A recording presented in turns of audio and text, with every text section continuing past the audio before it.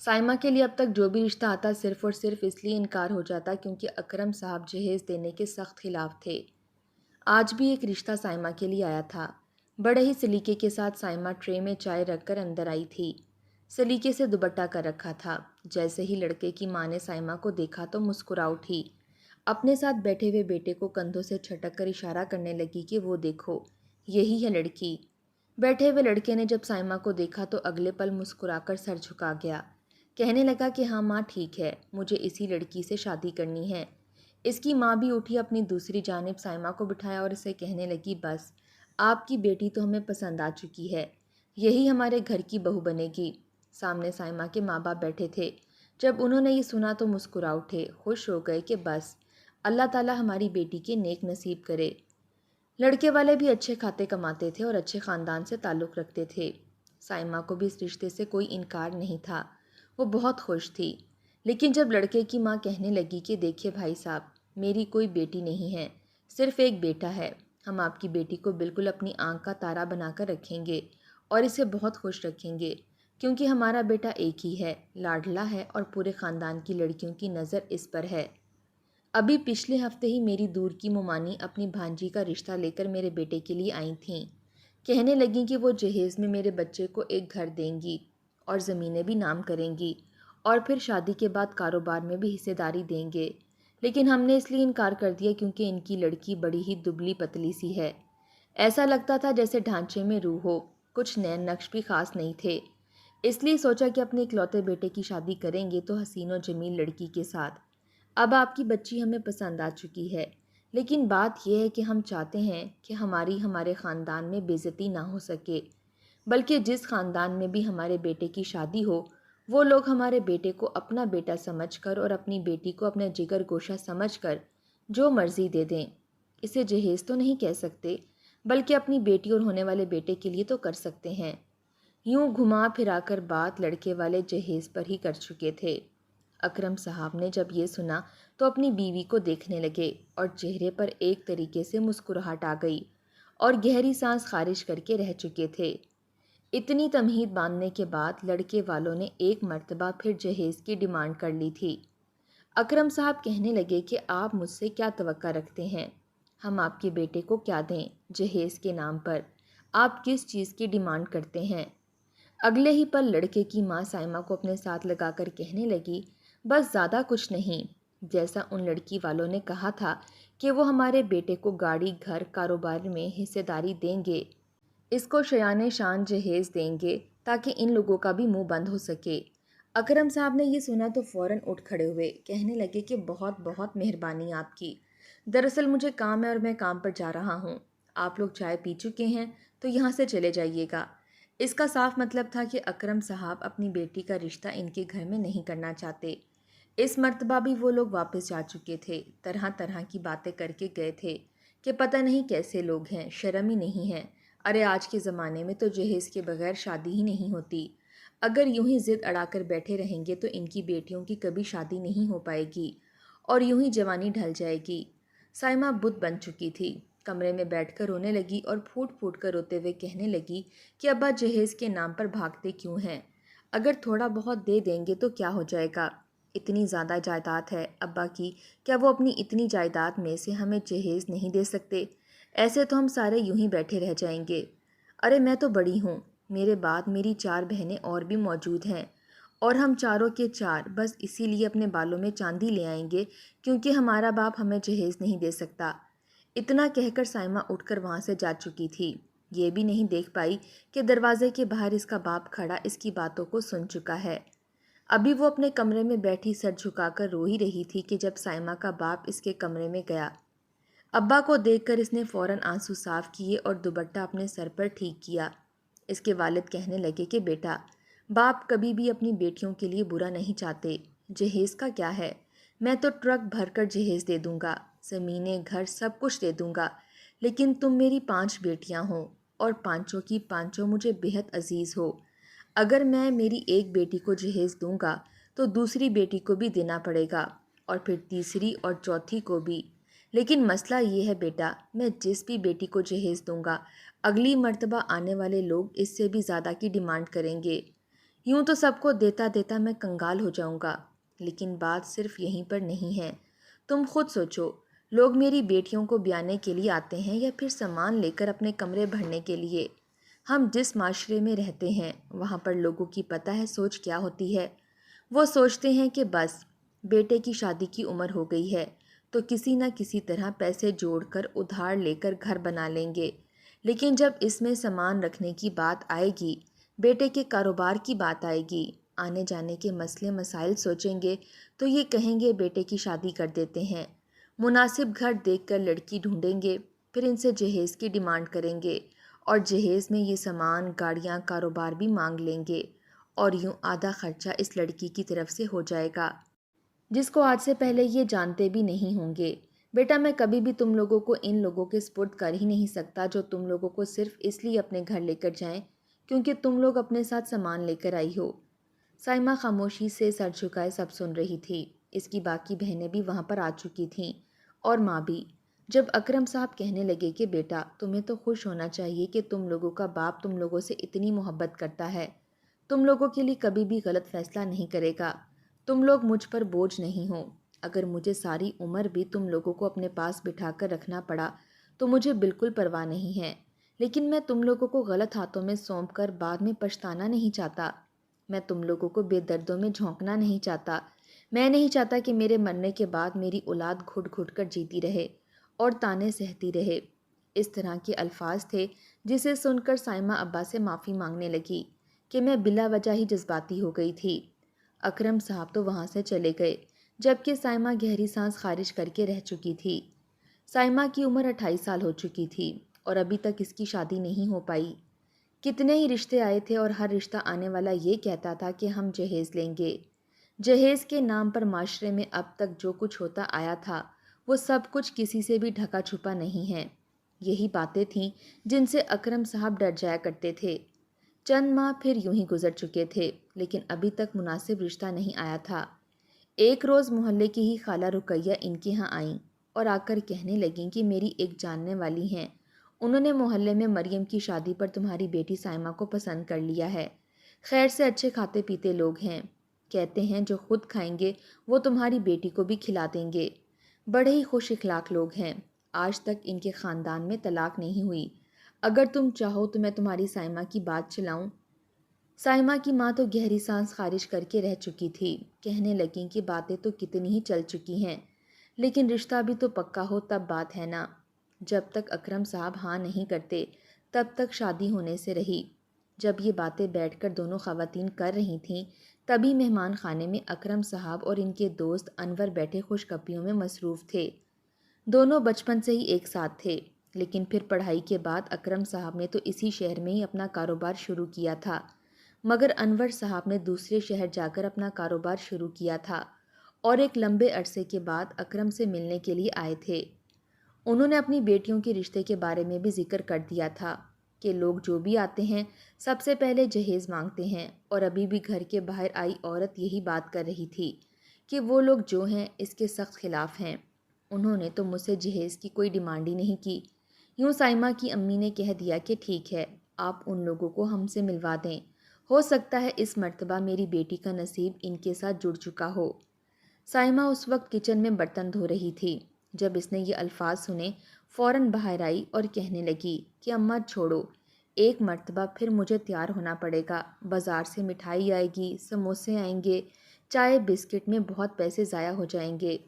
جب پتہ بھی ہے کہ ہر کوئی جہیز کے ہی پیچھے مرتا ہے تو بلا وجہ خرچہ کرنے کی کیا ضرورت ہے۔ وہ بھی جیسے دل برداشتہ ہو چکی تھی۔ بہرحال چند روز بعد لڑکے والے ان کے ہاں ملنے کے لیے آ چکے تھے۔ لڑکے والوں کی طبیعت واقعی میں ہی بہت اچھی تھی۔ سائمہ جو تھی ہی بہت پیاری لڑکی، دیکھتے ہی وہ اسے پسند کر چکے تھے۔ کہنے لگے کہ ہم اب اس پر فدا ہو چکے ہیں، بس نہیں چل رہا کہ ابھی اپنی بچی کو اپنے گھر بہو بنا کر لے جاؤں۔ عورت کا یہ کہنا تھا کہ میرے ہاں ایک بیٹی اور ایک بیٹا ہے، دونوں ہی مجھے چاند سے پیارے ہیں۔ میں جانتی ہوں کہ جو سلوک میں اپنی بہو کے ساتھ کروں گی کل کو وہی سلوک میری بیٹی کے ساتھ بھی ہوگا۔ ان کی باتیں اکرم صاحب کو متاثر کر رہی تھیں۔ کہنے لگے کہ ہم اگلے ہی ہفتے آئیں گے اور منگنی کی رسم کر جائیں گے۔ انہوں نے جہیز کا نام تک نہیں لیا تھا، اسے سن کر اکرم صاحب بھی خوش ہو گئے کہ آخر کو ان کے مطلب کے بندے مل چکے تھے۔ کچھ ہی روز بعد وہ لوگ آئے اور منگنی کی رسم بھی کر دی گئی تھی۔ لڑکا بھی بڑا ہی خوش شکل خوبصورت نوجوان تھا۔ سائمہ بھی دل ہی دل میں اس کی خاطر خاص جگہ بنا چکی تھی۔ جلدی شادی کی تمام تیاریاں شروع کر دی گئی تھیں اور جوڑا اور جیولری سب سائمہ نے اپنی مرضی کی ہی لی تھی۔ مہندی کی رسم بھی خوب دھوم دھڑکے سے کی گئی۔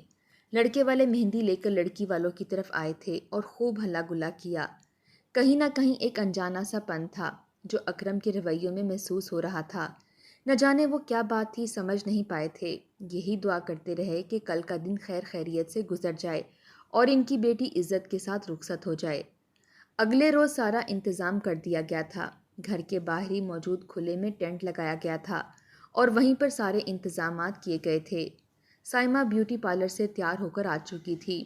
دلہن کو تیار کر کے سیج پر بٹھا دیا گیا تھا کہ تبھی مہمان بار بار گھڑی پر وقت دیکھنے لگے، کہنے لگے کہ ابھی تک بارات نہیں آئی، 1 بجے بارات پہنچ جائے گی اور اب تو 3 بجنے والے ہیں۔ اکرم صاحب نے بھی دیکھا کہ وقت نکلتا جا رہا ہے تو لڑکے والوں کو کال کرنے لگے۔ پہلے تو انہوں نے کال ہی نہ اٹھائی، لیکن پھر جب کال اٹھائی اور بات سنتے ہوئے اکرم صاحب مہمانوں سے الگ ہو گئے تو جو بات انہیں پتہ چلی وہ سن کر اکرم صاحب کے چہرے کے تاثرات بدل چکے تھے۔ وہ پریشان دکھائی دینے لگے تھے۔ چلتے چلتے اپنی بیوی کے پاس آئے اور چہرے پر بہت مشکل سے مسکراہٹ رکھتے ہوئے انہیں یہ بتانے لگے کہ آخر کو معاملہ کیا ہے۔ حقیقت جان کر تو اکرم صاحب کی بیوی بھی کافی پریشان ہو چکی تھی۔ کہنے لگی کہ یہ کیا کہہ رہے ہیں آپ؟ کیا ہو گیا ہے؟ انور صاحب دور ہی کھڑے تھے۔ اپنے دوست کو پریشان دیکھ کر چلتے ہوئے ان کے قریب آئے اور کہنے لگے کہ سب خیریت تو ہے؟ کیا مسئلہ درپیش آ چکا ہے؟ لڑکی والے ابھی تک کیوں نہیں آئے؟ اکرم صاحب نے جب یہ سنا تو پہلے تو تھوڑے پریشان ہوئے، پھر ایک جانب میں لے جا کر کہنے لگے کہ لڑکے والوں کی طرف سے فون آیا ہے۔ وہ کہہ رہے ہیں کہ دراصل ہم تبھی بارات لے کر آئیں گے جب آپ ہمارے بچے کو 10 مرلے دیں گے، جس میں ایک گھر میں استعمال ہونے والی تمام تر ضروریات ہوں گی۔ اگر تو آپ راضی ہیں اور اگلے 1 گھنٹے میں ہمیں بتا دیتے ہیں کہ آپ یہ سب کچھ دینے کو تیار ہیں، پھر تو ٹھیک ہے، ورنہ ہماری طرف سے انکار سمجھیں۔ آپ کی بیٹی کی ذلت ہو جائے گی اور وہ یوں بیٹھی رہ جائے گی، لیکن کوئی اس کو بیانے کے لیے نہیں آئے گا۔ اکرم صاحب یہ بات اپنے دوست کو بتا رہے تھے۔ دونوں ہی سوچ میں پڑ چکے تھے، کافی پریشانی والی بات تھی۔ فون تو بند ہو چکا تھا مگر وہ ابھی بھی موبائل کو ہی دیکھ رہے تھے۔ کیسے کیسے لوگ تھے اس دنیا میں، کیسے کیسے حربے اپنایا کرتے تھے۔ پہلے تو رشتہ مانگتے وقت ہی صاف ڈیمانڈ کر دی جاتی تھی کہ جہیز چاہیے، ہم جہیز لیں گے، ہم نے اپنے گھر کے کمروں کو آپ کے دیے ہوئے سامان سے بھرنا ہے۔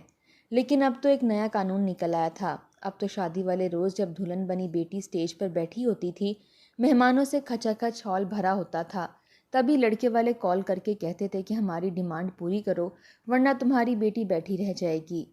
اکرم صاحب سر پکڑ کر بیٹھ گئے، جبکہ انور صاحب اس کے پاس آئے۔ تمہیں پہلے ہی اچھے سے جانچ پڑتال کر لینی چاہیے تھی۔ مگر اکرم صاحب کی آنکھوں میں اس مرتبہ آنسو آ چکے تھے۔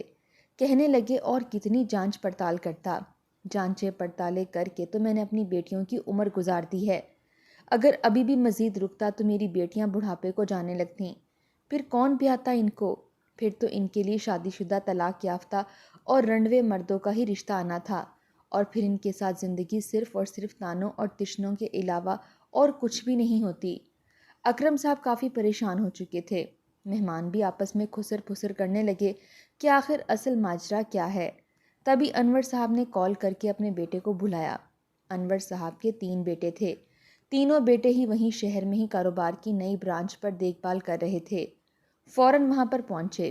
انور صاحب نے 2 بیٹوں کو جا کر اپنی ماں کو لانے کا کہا، جبکہ تیسرے بیٹے سے کہا کہ میں تمہاری شادی اپنے دوست اکرم صاحب کی بیٹی سے کروانا چاہتا ہوں، کیا تم شادی کے لیے رضامند ہو؟ پہلے تو وہ گھبرایا تھا، کہنے لگا کہ اصل ماجرا کیا ہے۔ جب پورا ماجرا بتایا گیا تو سن کر وہ لڑکا بھی رضامند ہو گیا۔ اکرم صاحب جو کچھ دیر کے لیے بہت ٹوٹ چکے تھے، پھر سے انہیں اپنی جان میں جان آتی محسوس ہونے لگی تھی۔ کہنے لگے کہ ٹھیک ہے۔ اسی پل انہوں نے لڑکے والوں کو کال ملائی، فوراً کال اٹھا لی گئی تھی۔ لڑکے کا باپ بڑے ہی گھمنڈی انداز میں کہہ رہا تھا کہ ہاں بھائی اکرم صاحب، کیا سوچا پھر آپ نے؟ اپنی بیٹی کی شادی کروانی ہے یا زمانے بھر میں ذلیل و خوار ہو کر رہ جانا ہے؟ یہ سن کر اکرم صاحب فوراً بولے کہ آپ کو ٹرک بھر کر جہیز اور 10 مرلہ پلاٹ چاہیے نا؟ میں سب کچھ دے دوں گا، آپ لوگ لینے کے لیے آ جائیے۔ اگلے ہی پل لڑکے کی بارات بڑے دھوم دھام سے اپنے گھر سے چل پڑی تھی۔ بہو لانے سے زیادہ اس بات کی خوشی تھی کہ ہماری ڈیمانڈیں پوری ہو چکی ہیں اور اب ہمارا گھر نئے فرنیچر اور سامان سے بھر جائے گا۔ لڑکے کی ماں اپنی دیورانی جٹھانیوں بہنوں اور کزنوں کو بھی یہی نصیحت کر رہی تھی کہ دیکھا، لڑکی والوں کو اگر قابو میں کرنا ہونا اور اپنی مانگیں پوری کروانی ہوں تو شادی کے وقت شرط رکھا کرو تاکہ یہ انکار نہ کر سکیں۔ سبھی عورتیں اسے شاباش دے رہی تھیں کہ تم نے لڑکی والوں کو صحیح پھنسایا ہے۔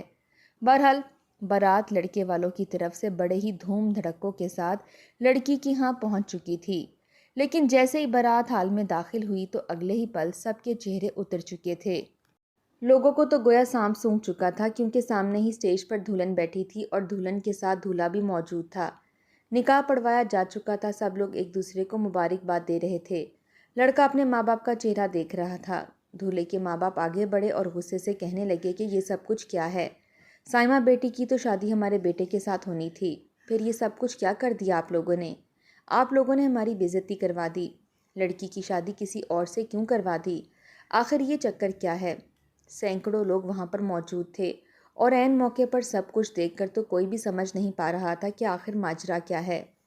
اکرم صاحب آگے بڑھے اور انور بھی ساتھ ہی موجود تھے۔ آگے بڑھ کر کہنے لگے کہ آپ لوگوں نے خود ہی تو فون کر کے فرمائش کی تھی کہ آپ لوگوں کو ٹرک بھر کر جہیز اور 10 مرلہ پلاٹ چاہیے۔ یہ لیں، یہ رہے پلاٹ کے کاغذ اور وہ رہا ٹرک بھر کر جہیز۔ عین اسی وقت وہاں پر ایک ٹرک آیا تھا جس میں فرنیچر، پنکھے، الماری اور گھر میں استعمال ہونے والی ہر چیز موجود تھی، یہاں تک کہ جھاڑو بھی پڑا ہوا تھا۔ اکرم صاحب کہنے لگے، یہ لیجئے جہیز، اپنے گھر لے جائیے، اور یہ رہے 10 مرلہ پلاٹ کے پیپرز، یہ بھی لے لیں۔ آپ لوگوں نے مجھ سے چیزوں کی فرمائش کی، میں نے آپ کو دے دی، لیکن میں آپ کو اپنی بیٹی نہیں دے سکتا۔ آپ لوگوں نے یہ سب کچھ لے کر جانا ہے تو لے جائیں۔ میری بیٹی کا نکاح میں اس سے کروا چکا ہوں جس کو صرف اور صرف میری بیٹی سے حرج تھی، نہ کہ سامان کی۔ یہ سن کر سارے باراتی شرمسار ہوئے تھے۔ دولہا سر جھکا کر کھڑا تھا، جبکہ دولہے کے ماں باپ بےحد شرمسار تھے۔ آخر بولتے بھی تو کس منہ سے؟ وہ تو چاہتے تھے کہ بس لڑکی والوں کو دبا کر رکھیں، انہیں نیچا دکھا سکیں۔ لڑکی کا باپ جگہ جگہ سے پیسے لے کر اپنی بیٹی کو جہیز دے، پلاٹ دے، لیکن یہاں پر تو ان کی بے عزتی ہو چکی تھی۔ ہر کوئی ان پر تھوک رہا تھا اور یوں وہ بارات بغیر دلہن کے ہی واپس چلی گئی۔ سامان اور پلاٹ کے کاغذات کو انہوں نے ہاتھ بھی نہیں لگایا تھا۔ آخر کس منہ سے ہاتھ لگاتے؟ خالی ہاتھ ہی واپس لوٹ چکے تھے، جبکہ سائمہ کی شادی انور صاحب کے بیٹے سے ہو چکی تھی۔ انور صاحب کا بیٹا بڑا ہی خوش کلام اور اچھا تھا۔ سائمہ کی شادی کو اب تقریباً 8 سال ہو چکے ہیں۔ اللہ تعالیٰ نے اس کو 3 بیٹے بھی نوازے ہیں۔ وہ اپنے گھر میں بہت ہی خوش و خرم ہے۔ اپنے شوہر کے ساتھ 2 مرتبہ دبئی سے بھی ہو کر آ چکی ہے، اور اسی طرح اکرم صاحب کی باقی بیٹیاں بھی اپنے گھروں میں ایسے ہی خوشی سے زندگی گزار رہی ہیں۔